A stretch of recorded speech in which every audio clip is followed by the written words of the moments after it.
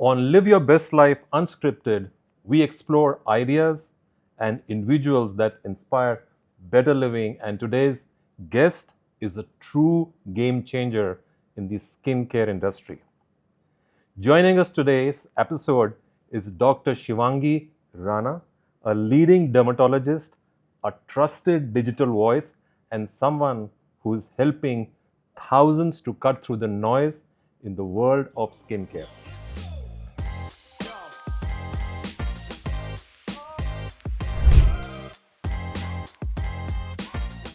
She is known for combining clinical science with everyday practicality, no fluff, no filters.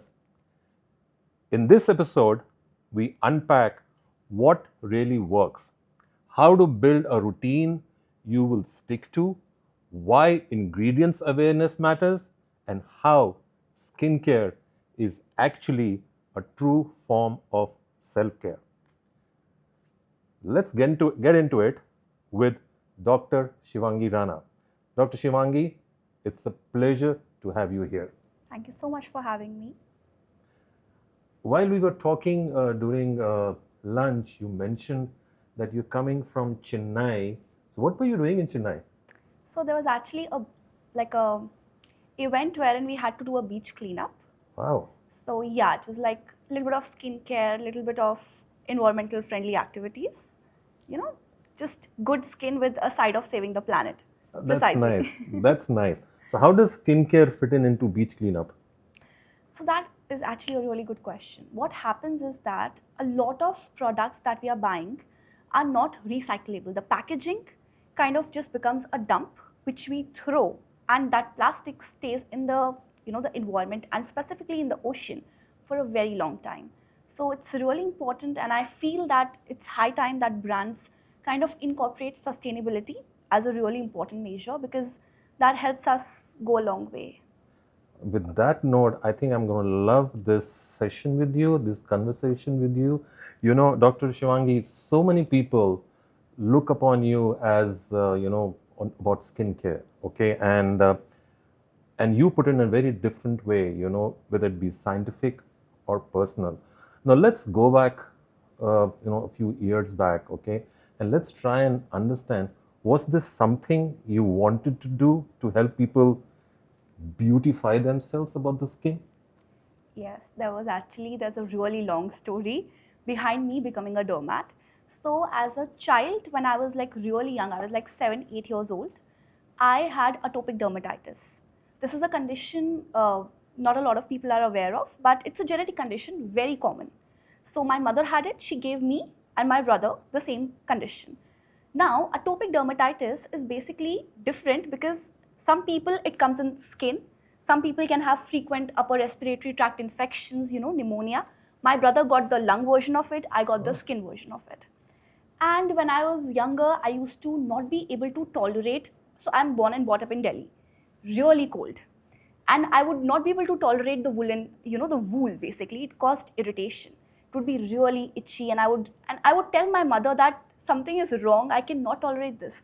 And she'd just be like, no, it's nothing. Everybody can wear it, you can wear it too. Then as I grew up, my atopic dermatitis got converted into keratosis pilaris, which is strawberry skin. I'm sure a lot of people know about that. So I would have really bad flare of acne on my, the arms, upper arms. And everyone who would see me would be like, what happened to your arm? And that was such a tender age, like, 13, 14, you're just becoming aware of how your body is, how you look.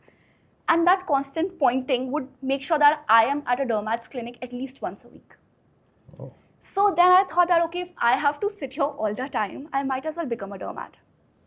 That is where it started. It was very personal in the start. Then there was, of course, teenage acne. Everybody suffers from that. So I had my share of it. And then I realized that, okay, skin is not just what is happening outside. It has a huge psychological impact. When you're growing up and you have skin issues, it kind of changes your personality. It makes you a little introvert. It makes you a little not so outgoing. So I thought, yeah, this is something I would really like to help people with, because it's deeper than they think. Oh, that's nice. When you talk about deeper than they think, and it's all about doing more, I mean, from your experience, I mean, what are those common mistakes people repeatedly keep doing about things? Like you mentioned about Delhi. Has a cold weather. Yes. Okay, it's also got a very strong or a hot summer and equally bad rains. Yes, Okay. yes. So what are those common mistakes people keep making during over their skincare regime?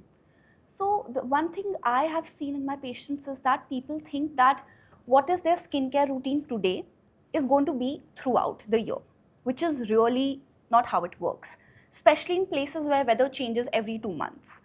Because you might be using a really thick moisturizer during winters. That same thing is going to clog your pores in summers and monsoon. So people don't change their skincare, and that can really hamper the skin. This is one mistake I see a lot of people make. And they keep repeating that, The doing same, it same, again and yeah. again. How does, I mean, when we're talking about the weather and the climatic changes and all those things, tell me, how important does humidity play as far as the skin is concerned? Like I was talking to somebody today, and somebody sent me a message that the humidity is only 7%. Oh, And this is somewhere outside India. yes. Okay. And where I said, okay, in Bangalore it's 54%. Yeah. So does humidity also play an important role? Yes. So basically, anything which is adequate will work for our skin. More humidity and even the lower 6-7% humidity, both of them are really bad. So when the humidity is really low, there's not enough moisture in the atmosphere. And what happens is that it starts pulling the moisture from your skin and make it really, really dry. On the other hand, when there's a really high humidity, people sweat a lot. That also makes you prone to infections. Fungal infection is something, as soon as monsoon starts, almost everyone starts suffering from fungal infections. Really difficult to treat, really repeated. It keeps coming back. These are all contributed to humidity. If the weather is really dry, you will have dandruff. If the weather is not that dry, it's quite humid, your scalp will become oily, sticky repeatedly. You will have to wash it very frequently. So yeah, whatever is happening around us is really affecting us. Thank you for that. I mean, also, when we talk about skincare, we also talk about that what you look outside from outside. It is also about what you consume. Okay. Yeah. So tell me something. When we talk about the outer appearance or looking good from outside, does nutrition and supplement or the kind of food which you eat also makes a difference? Absolutely. You can keep putting whatever you want on your face. As long as you're not fixing your nutrition and your diet, it's not going to look good.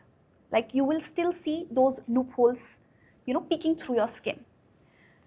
As a dermat, I always recommend people to rely on some sort of, be it omega-3 fatty acids, a diet rich in omega-3, a diet rich in zinc. Zinc, if you have acne, works amazingly well. Omega-3 is going to be great for your skin, your hair, your nail. If anybody has dry skin, it is magic, to consume that. Also, what you're eating, how healthy is your diet, how sustainably you can eat healthy for a long time, affects how your skin looks. If you are going out partying, there's alcohol every alternate night, your skin is going to become wrinkled, dry. It's going to be there, it's visible. If you start taking adequate hydration, if you start going to the gym, you start taking care of yourself, your skin will always reflect that, and that glow you really cannot get from applying products. You talked about going out late nights, partying, that Yes. caught my attention because, today we are in this world where there are a lot of youngsters, and Yes. there are a lot of people who are the Fridays, Saturdays, and Sundays, and sometimes there are sundowners, sometimes this is, so Yes. are you saying that going out, having late nights also affects the skin? Absolutely. So what happens, see, first of all, if you're going out and you are indulging in alcohol, which is absolutely okay once in a while, but if you're doing it very, very frequently, that affects the skin. It produces a lot of stress in the body, that, antioxidant stress. So there's a lot of oxidative stress, for which if you're doing this, you need to use antioxidants. If you're not doing that, that oxidative stress will catch up. You'll start looking older than you're supposed to look, like, your real age. Your skin will not have that glow. It will become that gray, ashy sort of a skin if you don't take care of it that well. Then there was one more thing you would asked about. It was about going out late, you know, how does Yeah. it, yeah. So the sundowners and Yeah, the you know, sundowners and all, yeah. yes. Once in a while, absolutely, you have only one life. Enjoy it as much as possible. But if you are into skincare, if you want to take care of your skin, you need to also find the right balance. Going out a Friday, Saturday, and Sunday, maybe that will harm. That's Maybe okay? just Sunday is okay. Okay. But frequently, again, yeah, that's going to be not that good. That good. I also want to understand from you, doctor, is that, you know, you mentioned about the missing, I would say, the minerals which are there, Yes. or the nutrition which is there in the normal food or regular food which we take. Do we also say that if those are missing from a food, that can be supplemented through nutraceuticals? 100%. I do that myself. So ChatGPT is on the rise, and I am a very avid user of it now. Okay. So I usually put up everything that I have eaten in the day. I just tell Chat that, okay, listen, I've eaten this, this, this. Tell me what all nutrients are deficient still in my diet. And I'm someone who's really taking care of my diet at this point. I'm like roaming around with a weighing scale, you know, like the food weighing scale.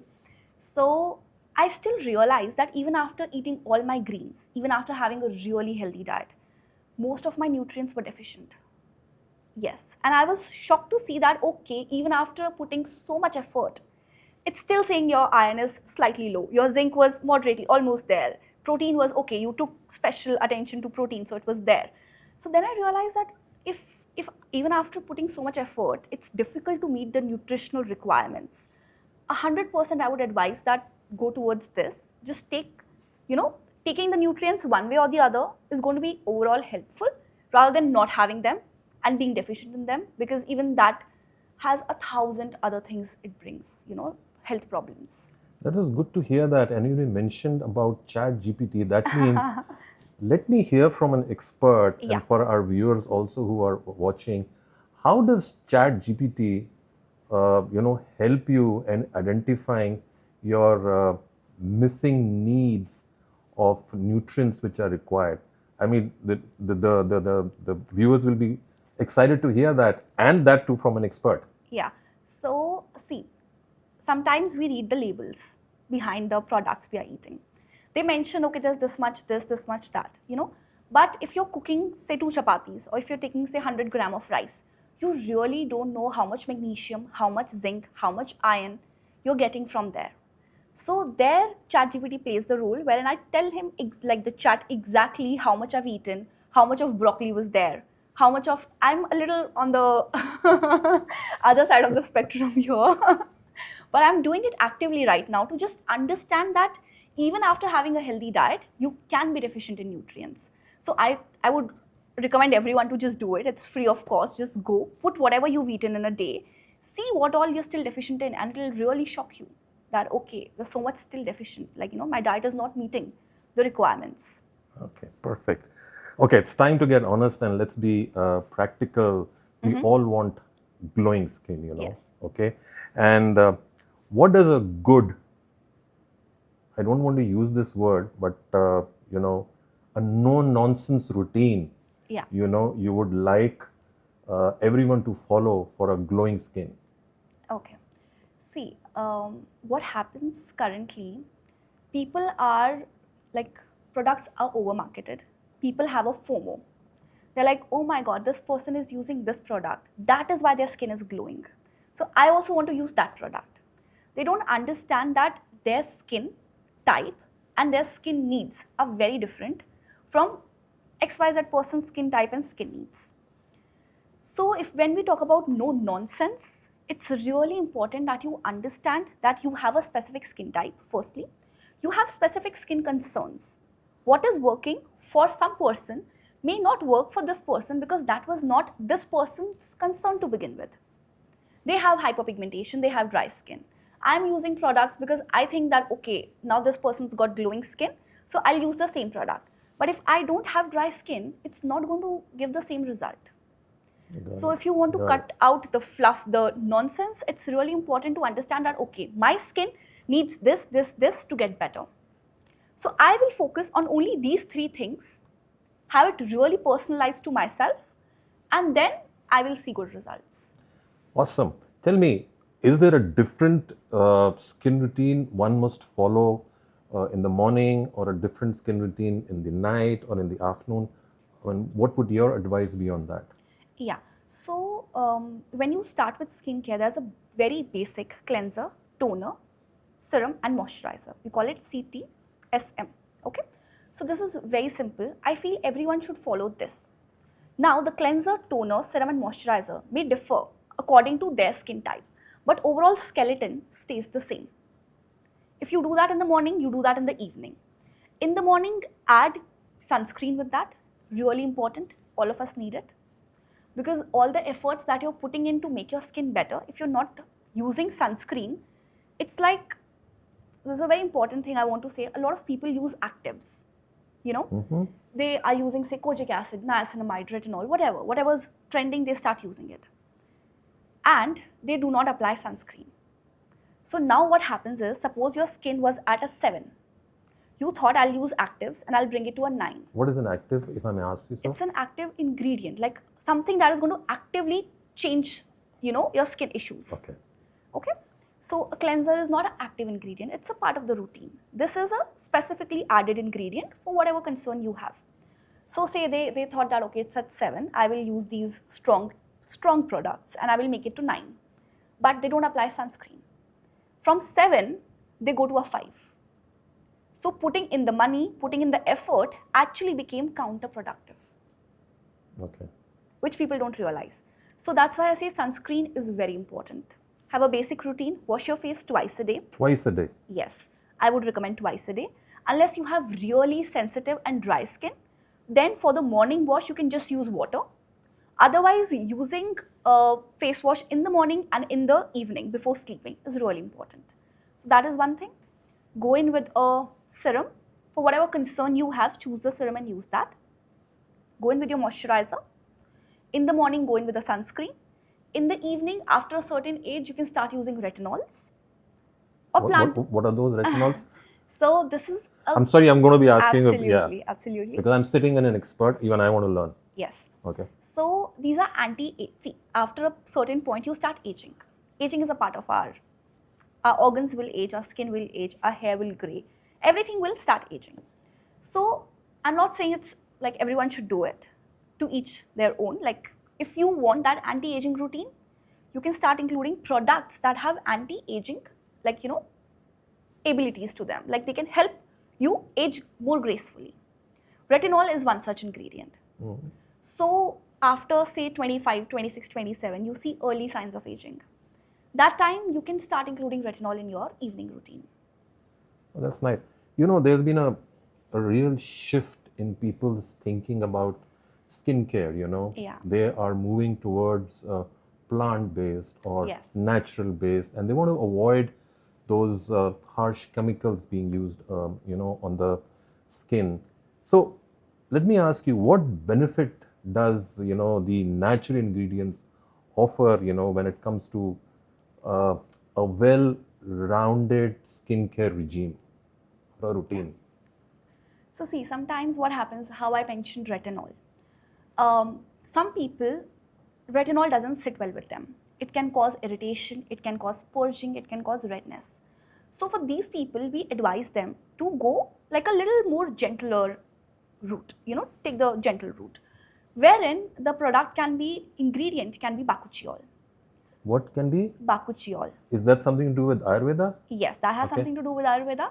So bakuchiol is basically like a plant derivative. It doesn't maybe work as strongly as retinol, but it is a gentler ingredient to begin with. It will also give you anti-aging benefits. So I think this is one place where I would say that Ayurveda is present. Another thing is that I have dry skin. So I really like face oils. Again, oils and Ayurveda go hand in hand. And I heavily rely on oils, So oils are one thing that I can say it has come from Ayurveda, and it really complements the modern skincare. Applying oil at night, don't do it if you have really oily acne prone skin. But if you have dry skin, if you have aging skin, these oils can really help your skin just look more firmer, bouncier, just plumpness in general. Sometime back, doctor, you also mentioned about the labels. Yes. Okay, and today the labels can be very confusing. The ingredients can be very misleading. Okay, so let me ask you, that how important, it is for consumers Mm-hmm. to understand what ingredient they're using, what quality should be going for, and how do they identify that what is the best for their skin type? Yeah. So when it comes to labels, there's one thing I have seen happen all the time. The brands, they claim that they have this ingredient, like whatever, they will market it on the basis of one ingredient. But when you turn the bottle or the packaging and you start reading the labels, the ingredient will be buried really down towards the end. So that's one thing people don't understand, that the ingredients are always listed from the highest concentration to the lowest concentration. So suppose if you're buying a niacinamide or a vitamin C, that ingredient should at least be in the first line of mentioned ingredients. If it is somewhere in the last line, it's as good as not there. Oh, really? Yeah. So that is how you identify the Yes. label. Yes. I mean, it will be good to understand from you and also for our viewers that, if you can elaborate more on how to understand the label so that, they can Yeah. make better choices for their skin in the future. Yeah. So when it comes to labels, basically two things are really important. First is what all goes in the product. Brand have started becoming really transparent because of the current competition and The everything. They've guidelines become also. very, yes, the Yeah. guidelines are very strict now. So they have become transparent. But sometimes we don't know how to read the labels. So they are still able to just, pass easily, like just make it work. When it comes to sunscreen, it's really important to check if the brand is claiming that they have a SPF 50 or PA protection. But the label will not mention any filters. Mm-hmm. So it's our job as a consumer. We are putting our money into it. You know, everybody out here is trying to make their money. For us, we have to safeguard ourselves. So just check the label. See if whatever protection they are claiming, at least are the ingredients mentioned over, in the packaging. If they are present, yes, they have the filters. If they are not present, the filters are not present. They can claim anything, but protection won't be there. That is one thing. Mm-hmm. The second thing, as I already mentioned, that when you're reading the label, if you're buying the product for, say, a vitamin C, make sure vitamin C is very early in the ingredient list. It cannot be buried somewhere. It has to be high up there. Only then you are paying for vitamin C and you're getting vitamin C. The third thing you want to focus on the label is what is the concentration. So suppose we start with niacinamide. Ideal concentration is 5%, maximum 10%.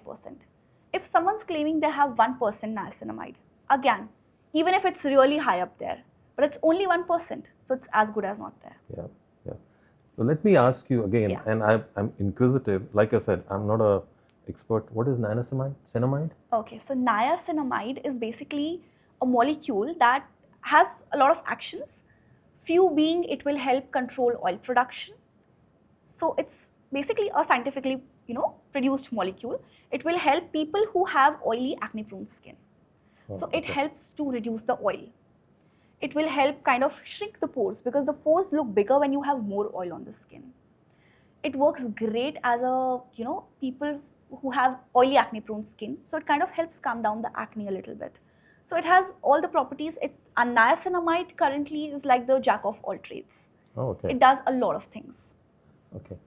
No, we talked a lot about the what goes inside the product, how Yeah. to read the labels, and sometimes people also think that uh, let me buy this particular product. They don't look at the price, think okay, it's cheap, But tell me something, how does the cheap products Uh-huh. harm your skin, or they can have an effect on your skin?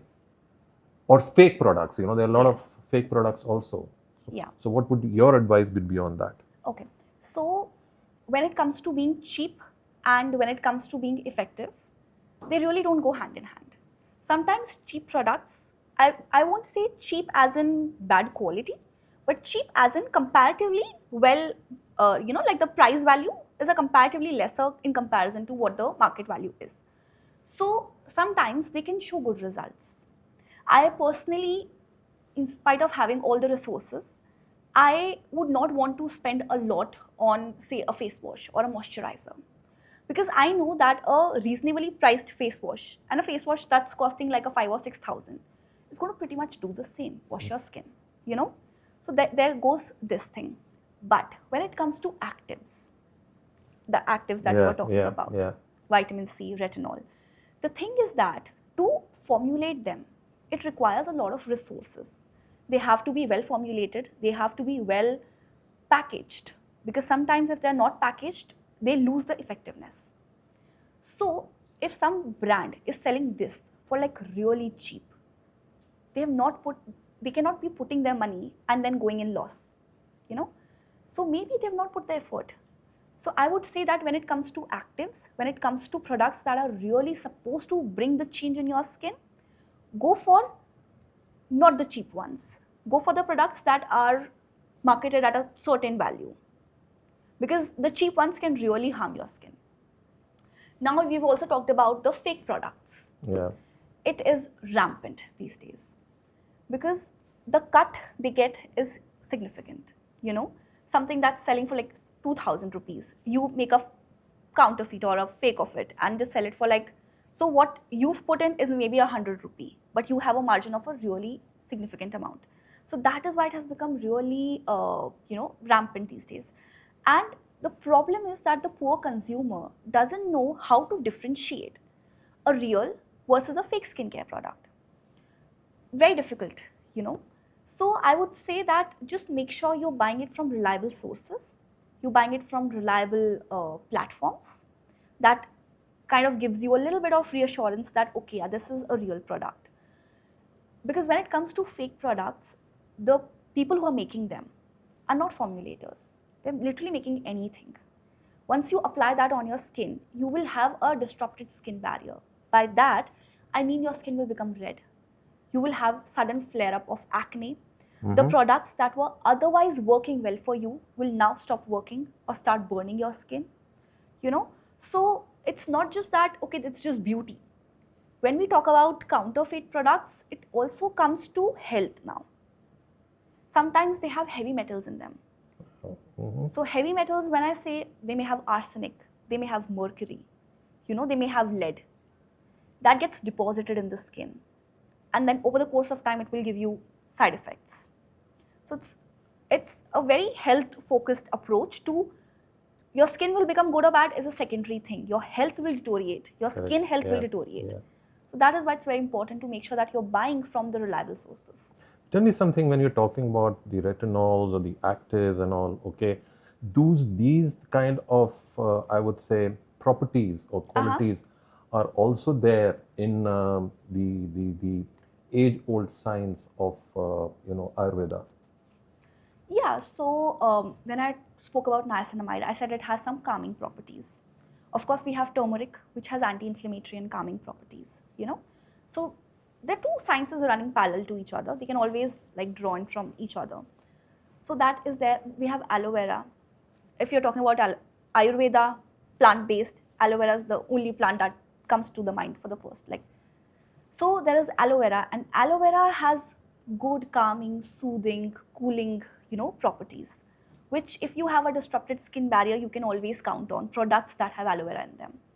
So yeah, a lot of Ayurvedic products, natural products, like plant-based products, I would say, have soothing properties in them. Yes. Over lunch, you were mentioning something about the kumkumadi oil. Yes. Yeah. So yeah, I have used it for a very long time. Yeah. So that is kumkumadi tailam. And even before I was a dermat, I was just a medical student. I was using it, and I would really see like glowing results. And I still have people in my comment section asking that, how is kumkumadi, kumkumadi oils? And I would always tell them that they are amazing because I have firsthand seen the results, and I know it can really brighten up your skin. And I had dry skin, so I used to count on oils a lot. So there was the oil benefit, there was the ingredient, the kumkumadi benefit. I loved it. Oh, awesome. Good to hear that. And what one understands from you is that skincare is not one size fit for all. Yes. So let me ask you, what should the teens or the adults or the aging individuals, focus on when they're talking about or looking at their skincare? Okay, that's again a very good question because as you age, your skin changes. Mhm. When we are younger, when we are like in our teens, we have a lot of acne issues, we have oiliness. So your skin, your glands, under the influence of your hormones, are becoming very active. You know, puberty is just hit, the hormones are at their peak, the glands are overactive, producing a lot of sebum. So we have oily skin, we have acne, we have redness. So their skincare routine has to be different from, say, a 30-year-old. And again, the 30-year-old needs to have a different skincare routine from, say, a 55 to 60-year-old. Because as you go from your teens to your 30s to your 60s, your skin becomes more and more dry. Uh-huh. So when you were, say, someone has oily skin, very oily in their teens, by 30s, it will not be that oily. By 60s, even they will start developing dry skin. Someone who's had dry skin like me throughout, it will become even more dry in 30s and worse in 60s, I'm expecting. So of course your skincare should change as your decades change. In your teens, focus more on salicylic acid, focus more on products that reduce the oiliness. In your 30s, start focusing on anti-aging, like how I mentioned. That okay, now your skin will start showing wrinkles, fine lines. So focus on that. In your 60s, anti-aging skincare, I would say, is okay, but it's not gonna give that drastic a result. Things have already, the lines have set in, and you know whatever has to happen has happened. In your 60s, focus more on hydration, oils, a lot of like gentle products, hydrating products. That is what your approach should be when you are at 60. Tell me something. We all talk about serums. Yes. Okay. Now, serum is for all age type, or a serum should be used when you age? No. So serum is basically like how we have a cleanser. Similar way we can have a serum. It's just something that is more liquidy in concentration, like in the consistency, and has a particular concentration of whatever ingredient. So this is something you can use throughout, but the type of serum you are using will change. Okay. So again, I said salicylic acid for teens. That is a serum which has salicylic acid that teenagers can use. Retinol can be a serum, again, to be used by people in their late 20s, early 30s. We can have hydrating serums, serums with hyaluronic acid, serums with Cica and all these things for people who are more, older. So that helps with hydration. So serum is a very generalized term, like how a sunscreen is, a moisturizer is. Correct. Similarly, we have a Correct. serum. Yeah. Okay, we talked about, the ingredients, we talked about things. There's also a joke about something about the beauty sleep. Okay. I don't know whether it's a myth or not, but how does, the sleep affect your skin, and what are the signs to watch out, on the skin if you're not sleeping well? Yeah. So it's not a myth, it is not even a joke.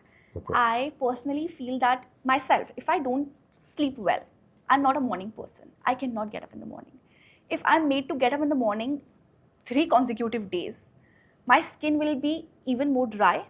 I will have visible dark circles. It is just like a drastic difference. You can just see and tell that, okay, you've not slept. So sleep has a really good role to play. Sleep is basically the time where everything in our body goes in like a healing mode. You know, your skin starts healing itself, your whatever, the body just goes in a relaxing and a healing mode.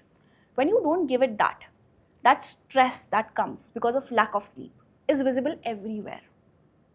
So you will have dark circles, you can have really dry skin, your skin will just overall start looking dull.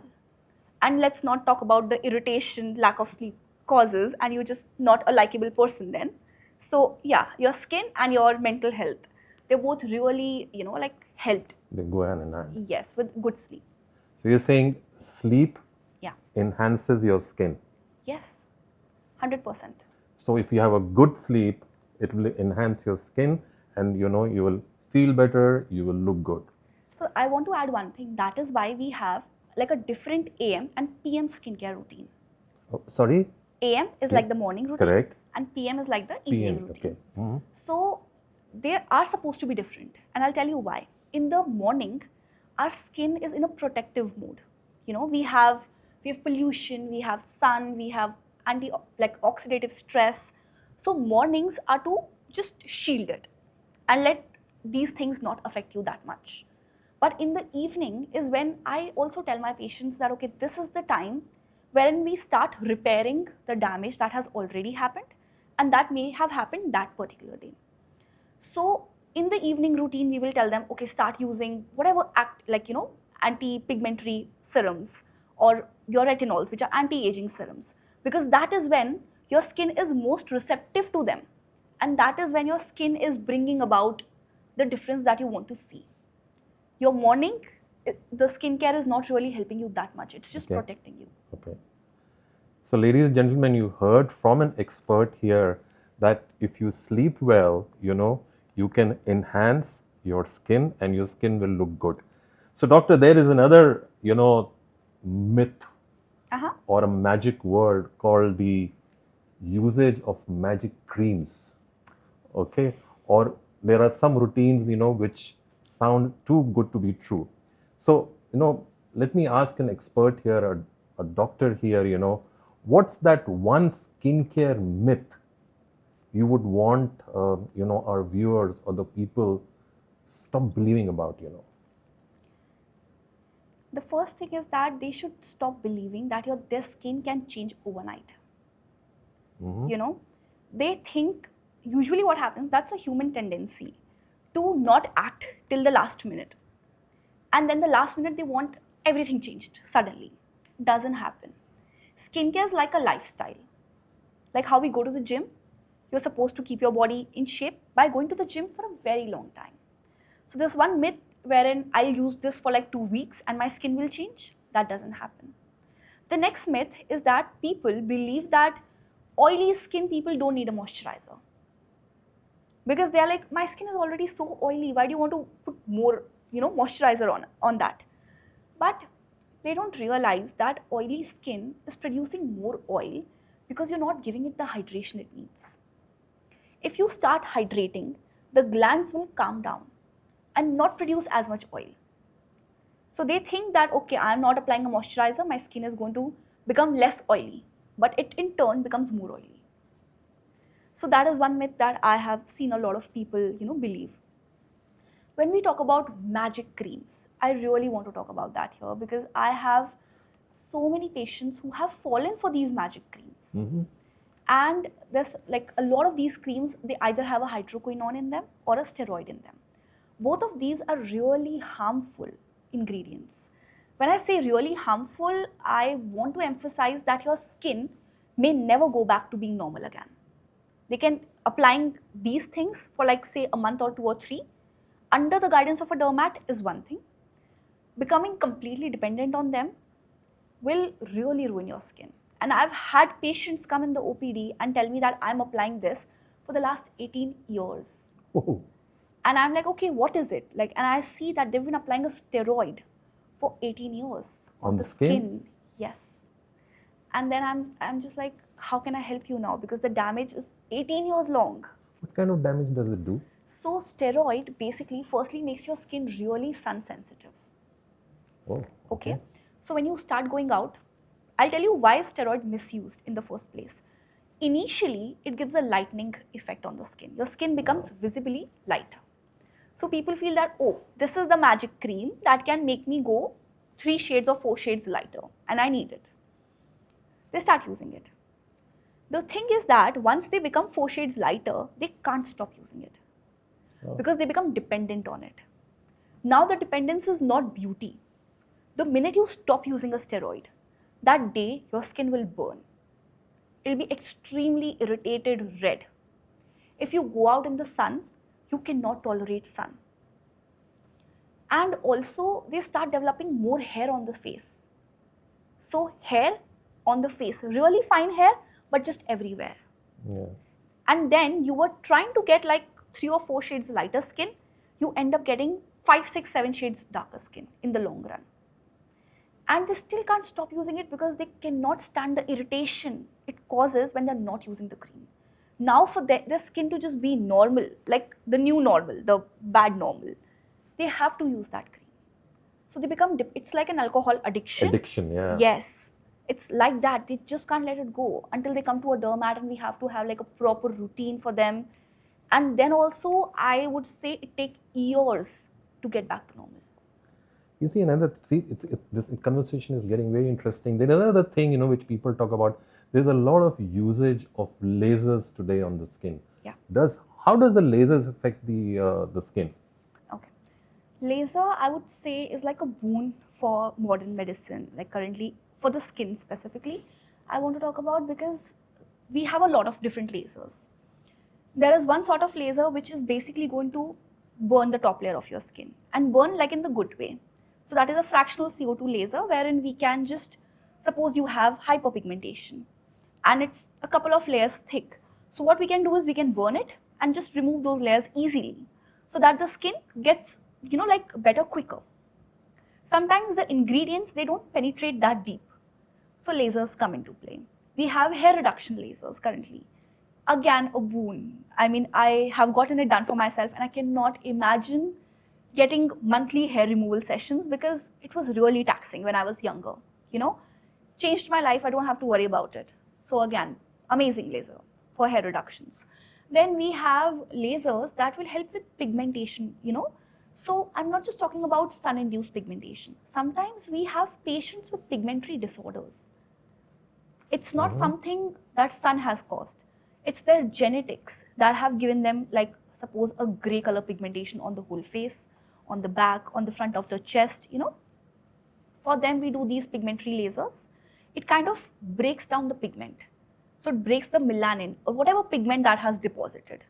So I think lasers work great in current scenario. Okay, thank you so much. You have shared some, incredible insights and, experiences. Now let's switch gears now. Okay, let's ask you some fun questions. Okay, and discover your, I would say, skincare secrets. Oh, absolutely. Okay. One routine you love and you use daily. So I try to keep my skincare very simple.